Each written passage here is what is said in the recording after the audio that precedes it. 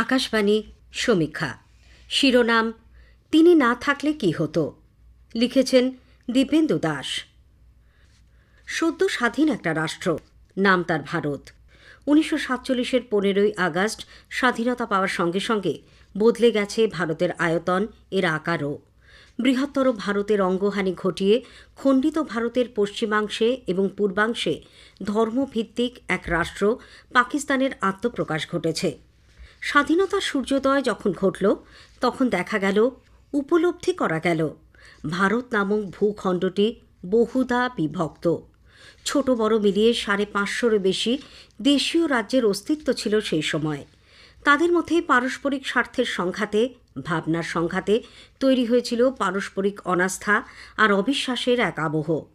দেশ পরিচালকদের মাথায় হাত। কিভাবে সম্ভব হবে এতগুলি দেশীয় রাজ্যকে ভারতের ছাতার তলায় নিয়ে আসা? এই বিপুল সংখ্যক দেশীয় রাজ্যগুলির ভারত ভুক্তির লক্ষ্যে কোন পথে এগোনো হবে সে নিয়ে নানান মহলে নানা মত তখন ব্যক্ত করা হচ্ছে। আসলে পরিস্থিতির জটিলতা ও স্পর্শকাতরতার কারণেই সব দিক ভেবেচিন্তে এগোতে চাইছে সদ্য স্বাধীন হওয়া ভারতের রাজনৈতিক নেতৃত্ব। স্বাধীনতা পাওয়ার খুশি দ্রুত ফিকে হয়ে আসছে। এর কারণ পাকিস্তান থেকে শরণার্থীদের অবিরাম স্রোত ঢুকছে ভারতে। শরণার্থীদের অবর্ণনীয় দুঃখ দুর্দশা সামনে নিয়ে এলো দেশভাগের দগদগে ঘা। শরণার্থীদের ত্রাণ ও সাহায্যের দায়ে এসে পড়ল ভারতের ওপর।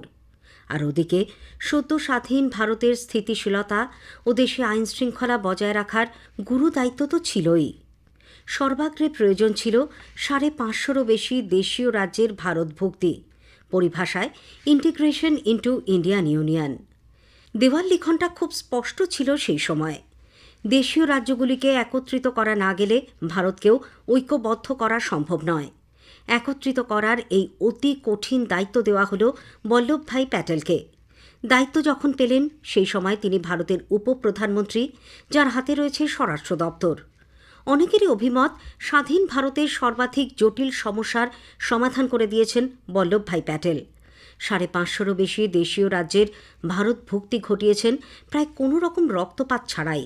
যুক্তিতর্কের পথে হেঁটে প্রায় সকলকে বোঝাতে সক্ষম হন যে ভারতের প্রগতি, সুখ, সমৃদ্ধির সঙ্গে জড়িয়ে রয়েছে তাদের ভালো মন্দ। তাদের সঙ্গে নিয়ে যে ঐক্যবদ্ধ ভারত গড়ে উঠবে, সেখানে সব মানুষের জীবন, জীবিকা, সংস্কৃতি, ধর্মসহ তাদের সার্বিক অস্তিত্বের নিরাপত্তা থাকবে। যুক্তি দিয়ে বোঝানোর ক্ষেত্রে ফুটে উঠেছে বল্লভভাইয়ের জাতীয়তাবোধ, তার নিখাদ দেশপ্রেম, সাংগঠনিক দক্ষতা, নেতৃত্বদানে তার সহজাত ক্ষমতা।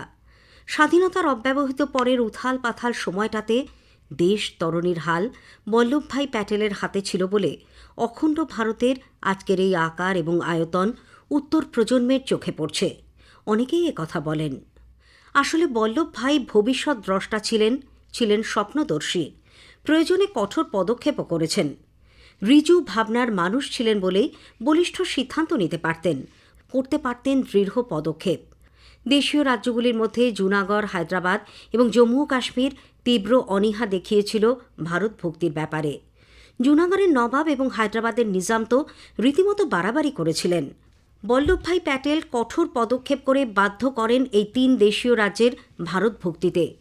নবপ্রজন্ম বল্লভভাইকে যত বেশি করে জানবে, ততই উপলব্ধি করতে পারবে যে স্বাধীনতা উত্তরকালে, অর্থাৎ নতুন ভারতের ভৌগোলিক অখণ্ডতার স্থপতি হলেন এই মানুষটি। ভারতের রাজনৈতিক অখণ্ড সত্তার সৃষ্টিও এই ভৌগোলিক অখণ্ডতার পথ ধরেই। স্বাধীনতার 7 দশকেরও বেশি সময় পরে এখনও ভেবে বিস্মিত হতে হয় যে বল্লভভাই কোন অসাধ্য সাধন করেছিলেন। খণ্ডিত ভারত যাতে আরও খণ্ড বিখণ্ড না হয়ে যায়, সেই অশনি সংকেতটা দেখতে পেয়েছিলেন এই দূরদর্শী মানুষটি। 1947 থেকে 1949 এই সময়টুকুর মধ্যে সম্পন্ন করেছিলেন 550-রও বেশি দেশীয় রাজ্যের ভারত ইউনিয়নে অন্তর্ভুক্তির অত্যন্ত দুরূহ কাজ। নবজাতক রাষ্ট্রের জন্য সেটাই ছিল সবচেয়ে বেশি জরুরি। একথা তো সত্যি যে ভারতের বর্তমান ভৌগোলিক অখণ্ডতা পরোক্ষে সাহায্য করেছে আজকের ভারতীয়ত্বের ধারণাকে গড়ে তুলতে, ভারতীয় জাতীয়তাবাদের ভাবনাকে জোরদার করতে।